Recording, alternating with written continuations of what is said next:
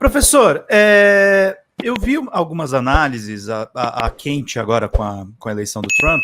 Aliás, saúde aí, toma uma água para a gente seguir aqui, que o assunto é muito. Mas a impressão que dá é o que você falou, o Trump tem uma base mais sólida e a impressão que dá também é que, assim, depois daquele tiro de raspão que ele tomou na orelha, pelo discurso dele de vitorioso agora, porque primeiro ameaçaram questionar as eleições se ele perdesse, e depois ele teve um recuo. E eu acho que a questão da imigração, que era uma coisa que afastava ele muito, ele começou a conversar com o público imigrante. O público imigrante que não foi atendido na administração Biden. A impressão que eu tenho é que venceu nessa eleição um Trump paz e amor, para usar o paralelo que a gente usa, sei lá, para o Lula aqui em 2002, aquela campanha que aconteceu. Ele suavizou o discurso. Porque a Giorgia Meloni, por exemplo, vai ser reeleita na Itália em cima disso. Eles são todos fascistas, eles são todos extremistas, mas eles modulam o discurso. Estou viajando muito ou você enxerga isso também um pouco?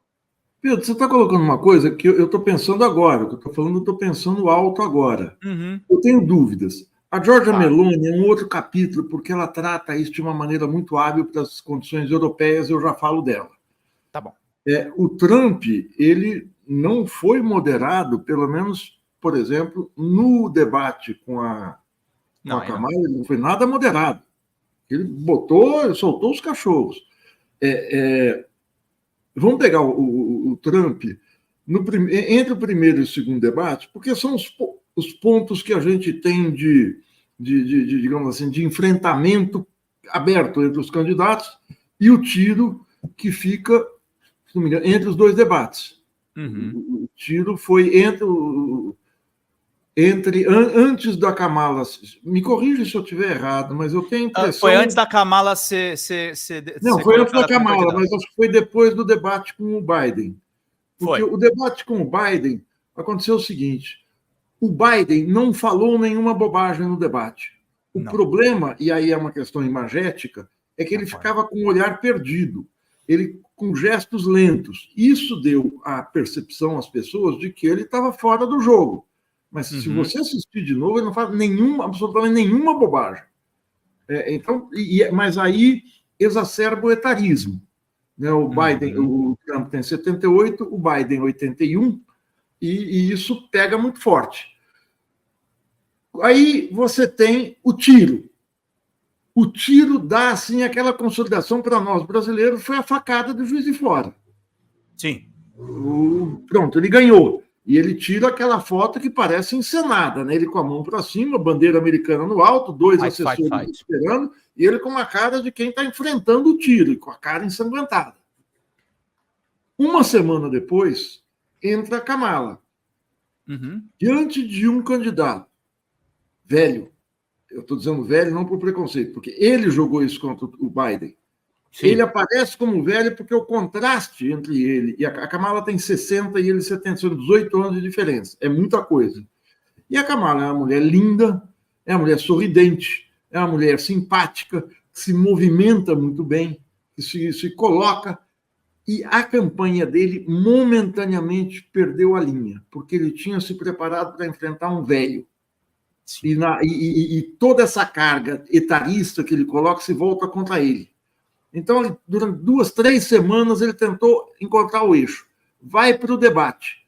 Aí a Kamala usa o gestual de quem é jovem, e a Kamala fez um treinamento assim, absurdamente competente e bom, porque ela não apenas foi fazer media training do que falar, mas especialmente ela sabendo que o que importa é imagem. Se o Biden foi derrotado pela imagem, ela venceu aquele debate pela imagem. Sim. Porque ela estava intervindo no debate. Quando falava, perguntava ou respondia perguntas dos repórteres, dos jornalistas ou do próprio Trump, e ela estava intervindo quando ele estava falando. Porque ela fez um treinamento de dramaturgia de ponta. Ela se revelou uma atriz extremamente competente, ela não foi excessiva, mas quando ele falava alguma coisa, ela fazia olhares assim, que eram diretos, eram claros, mas tinham sua sutileza. O Boulos tentou imitar de uma maneira absolutamente cheia de canastrice. Ela foi muito competente. Ela ganhou o debate no gesto, porque ela não deixou de intervir mesmo quando estava calada. Ela não precisou interrompê-lo, não precisou interpelá-lo assim, no meio de uma resposta. Ela desmontou. E aquilo infundiu um otimismo na campanha democrata muito grande. E o Trump continuou atacando com mentiras e tal. Na questão da imigração, o que me parece é que o Trump descobriu uma coisa. Existe uma diferença entre um imigrante que não chegou e o imigrante que está nos Estados Unidos e se estabeleceu, montou um pequeno negócio, desde do fato dele poder ter conseguido se legalizar e ter um emprego formal, ou ter uma empresa formal, ou ser um Uber. Enfim, ele está com a situação legal. Você tem o precarizado, que é o entregador de iFood, o cara que é jardineiro, o cara que está morando escondido, está morando num cortiço com mais não sei quantas pessoas. Mas esse cara que chega e fica lá, ele tem uma vida melhor do que ele tinha no país de origem, seja na Guatemala, seja em Cuba hoje, vamos admitir isso, porque Cuba está vendo uma forte crise, seja no Panamá, seja no Brasil. Quantas pessoas? Você deve conhecer várias pessoas, eu conheço, que vão para os Estados Unidos, comem o pão que o diabo amassou, mas regularmente manda uma quantidade em dólares aqui para a mulher, aqui para a esposa, para o esposo, para o irmão, para o filho, para o pai, para a mãe, fazer um pé de meia em dólar e comprar uma casa. Ou seja, o cara que se estabeleceu, ele quer o seguinte, quer dizer, ele quer estabilidade. Tudo ele quer estabilidade, mas tudo que ele não quer é concorrência com outro imigrante. Sim. O inimigo dele é a imigração, mas a hora que ele se estabeleceu não é mais isso. Quem passa a ser inimigo? O cara que pode tirar meu lugar. Quem pode tirar o meu lugar como um trabalhador não especializado? Outro imigrante. Outro imigrante. E isso a campanha do Trump percebeu. E aí ele faz uma campanha a favor do imigrado e contra o cara que está chegando. E aí, eu não sei se falar paz e amor é o mais correto, como você está falando. Eu preciso pensar, porque eu estou pensando alto. Eu não acho que ele foi paz e amor. Ele tem um achado dele aí perceber essa questão. E eu conheço brasileiros que estão nos Estados Unidos e em outros lugares, mas poucos, não tanto, que tem isso. O cara está lá e reclama que tem muito brasileiro, que tem muito indiano. Tem uma amiga minha que era amiga de uma indiana, era diplomata e tal, e ela morou na Inglaterra. A Índia foi uma colônia inglesa e os indianos têm cidadania. Você vai em Londres, não sei se já foi, tem muito restaurante indiano, muito indiano, muitas lojas indianas e tal. Tem muito indiano na Finlândia, viu, Marigoni? Eu fui para lá. Eu fui também para a Finlândia, eu vi mais gente do sul da Europa, mas tudo bem, pode ser impressão, porque eu fiquei só uma semana em Helsinki, você pode ter ficado mais. Eu fui para o interior, eu fui para o norte, tinha muito indiano. Não, eu fiquei só na capital. Mas não, é que na Inglaterra, por a Inglaterra ter sido a metrópole, tem lá indiano. Ah, tá. Essa indiana diplomata, ela falava, eu não gosto de Londres, porque tem muito indiano. Assim, ela se vê como britânica. Assim como o Sunak, que foi primeiro-ministro britânico, ele é anti-imigração. A nova líder do Partido Conservador, que é nigeriana, que é filha de nigeriano, você deve ter visto, eu não me lembro o nome dela agora, o Partido Conservador britânico, ela é abertamente anti-imigração. E ela está lá por ser imigrante, ela é negra, ela não... Assim como o Sunak, era um indiano, você via, era um milionário indiano contra a imigração. Essa percepção é uma das coisas mais inteligentes e mais cruéis que o Donald Trump fez. Ele dividiu o que a gente vê não é uma comunidade, não tem um sentimento de solidariedade entre os explorados.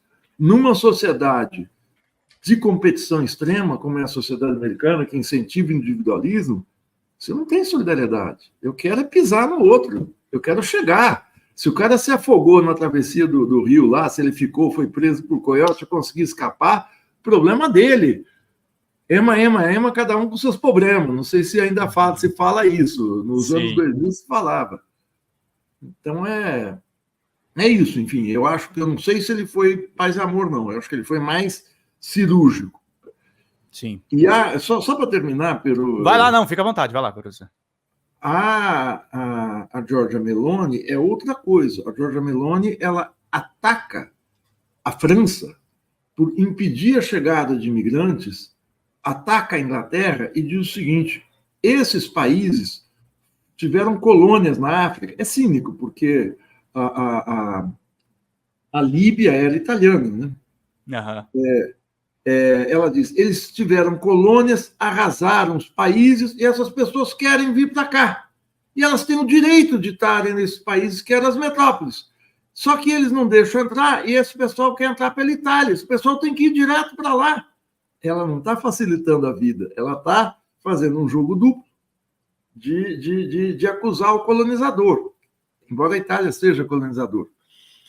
Um outro fator só que a gente tem que ter muito claro é o seguinte: o Trump é um milionário, mas cada vez mais a gente tem que ver que o fascismo é a ideologia do, como falava William Reich, a ideologia do Zé Ninguém, a ideologia do frustrado, do pobre frustrado, do pobre sem eira nem beira.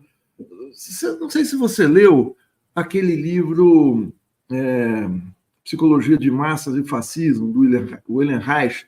William Reich era um psicólogo alemão, judeu, que imigra para os Estados Unidos no final dos anos 30, e em 1943, começo dos anos 40, ele escreve esse livro Psicologia de Massas e o Fascismo. O fascismo estava em alta. E ele diz, o fascismo não é ideologia da burguesia. Não. O fascismo é ideologia do classe média baixa, do trabalhador frustrado, que vê bloqueada a sua possibilidade de ascensão social e está louco para arranjar um culpado. Aí surge o líder fascista que fala, olha, o culpado é o imigrante, o culpado é o judeu, o culpado é o cigano, o culpado é o comunista que está badernando o culpado. E essa personagem, esse classe média baixa nacional, italiano, seja alemão, seja o que for, ele está tão sequioso por encontrar o culpado que ele está disponível para ter essa percepção, essa desculpa. E a exacerbação do nacionalismo, o nacionalismo como uma ideologia excludente, não um nacionalismo soberano, como nos países da periferia, tem essa diferença, mas o nacionalismo para excluir o imigrante pobre pegou muito forte, pelo que o William Reich fala. O livro eu encontro na rede, esse livro, em vários pontos, vale muito a pena ler. Uhum. E é isso que o Trump fortalece. Ele fortalece o trabalhador americano, o Buy American. Ele quer fechar, ele quer aumentar as tarifas de importação de produtos industriais para que se reindustrialize os Estados Unidos. A gente sabe que um dos dramas dos Estados Unidos é a perda da prosperidade geracional. O que quer dizer isso? Ao longo dos últimos 150 anos, o que se construiu nos Estados Unidos, em especial na chegada da onda de imigrantes pós-1870, pós-Guerra Civil, é que eu chego na miséria da Sicília, da Irlanda, de algum país europeu que está quebrando, que está na miséria, do leste europeu, eu vou para os Estados Unidos, eu como pão que o diabo amassou, eu vou trabalhar na construção civil, vou trabalhar de lixeiro, vou trabalhar do que for. O meu filho vai conseguir entrar numa escola, vai se alfabetizar, vai ser um trabalhador um pouquinho melhor, vai ser caixa do banco, vai ser alguma profissão que você precisa das primeiras letras. A geração seguinte, esse cara já consegue fazer um segundo grau, já consegue entrar para o exército, já é americano, já entra nas instituições. É o Make America Great Again, né? Não, mas eu estou dizendo, você tem uma ascensão social geracional. O meu neto vai viver melhor, vai ser um trabalhador especializado, o meu bisneto vai montar um negócio próprio, o meu tataraneto... Não, essa curva ascendente, ela começa a virar aí nos anos 80, 90, mas em especial agora. E essa curva entra no mesmo momento que você tem uma alta da imigração, você tem uma crise econômica pós-2008 na América Latina, aumenta muito a imigração. Então, essas duas curvas se encontram. A curva ascendente da imigração e a curva descendente do pessoal da perda de renda. São dois fatores diferentes, mas E isso dá essa pororoca, quer dizer, eu quero America Great Again, Make America MAGA, né? Make America Great Again. Fala pessoal da Folha Democrata, que é Pedro Zambarda, editor do canal, falar um pouquinho a respeito da necessidade de vocês financiarem a Folha Democrata. Gente, a Folha Democrata é financiada através de um Pix chamado Folha Democrata, é o endereço do Pix, né? folhademocrata@gmail.com. Nós precisamos do nosso jornalismo financiado por vocês que são do nosso público, porque nós passamos vários perrengues aqui com o YouTube, vocês sabem muito bem. E mesmo assim, graças a essa comunidade muito unida, a gente conseguiu fazer lives históricas, acompanhar praticamente ao vivo a campanha do Guilherme Boulos, trazer informações exclusivas a respeito de Gustavo Gayer, de Olavo de Carvalho, de todos os bolsonaristas, combater as fake news e tudo o que a gente acompanha. Por R$80 no nosso Pix você ganha um curso de roteiro para série, o que é muito importante se você é artista, roteirista, se você lida com essas práticas da economia criativa. Outra forma de você colaborar também é se tornando membro aqui do nosso canal. Isso é muito importante para você fazer as suas atividades por aqui, porque você tem acesso a vídeos exclusivos e nós temos um curso de jornalismo básico para você poder acompanhar a partir de R$5, que é ministrado por mim. A gente tem aí quase uma dezena de aulas e muito conteúdo para você poder acompanhar. Meus caros, minhas caras, financiem o jornalismo independente, financiem o jornalismo que se posiciona à esquerda, financiem o jornalismo na internet, que traz informações confiáveis, checadas, que cruza informações e que trata você, que é o nosso público, de uma maneira muito séria. Vida longa e próspera, gente. Cuidem dos seus. Até mais. Tchau, tchau.